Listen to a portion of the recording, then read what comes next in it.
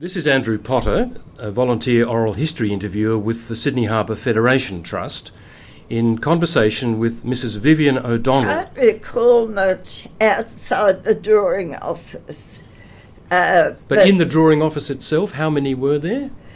There were, I think there were about 6 draftsmen, chief draftsmen, engineers, about 3 engineers on our floor, which was the top floor, I think, at that stage.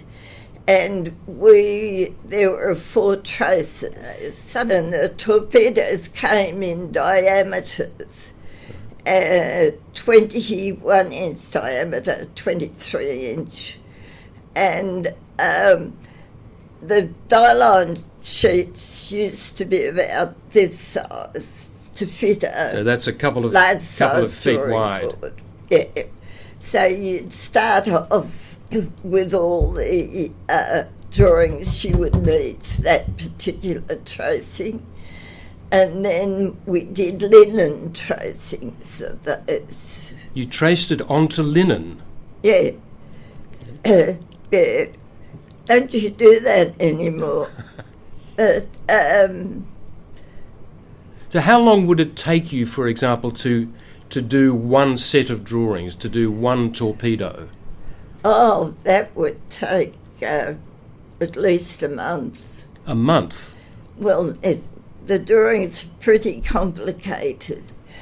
And you'd also, because they were die lines, they weren't accurate drawings, so you would have to interpolate the line.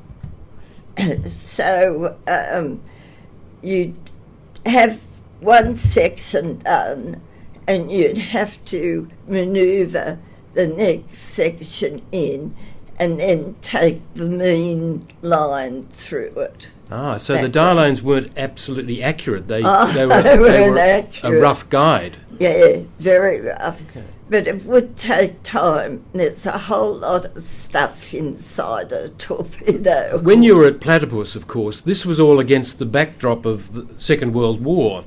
Yes. And what sort of impact did that have on your work? How do you mean? Well, because of the war, was there a sense of secrecy or? Oh yes, we had, when we came in every morning, we had to show our pass and have our bags checked by the naval police, and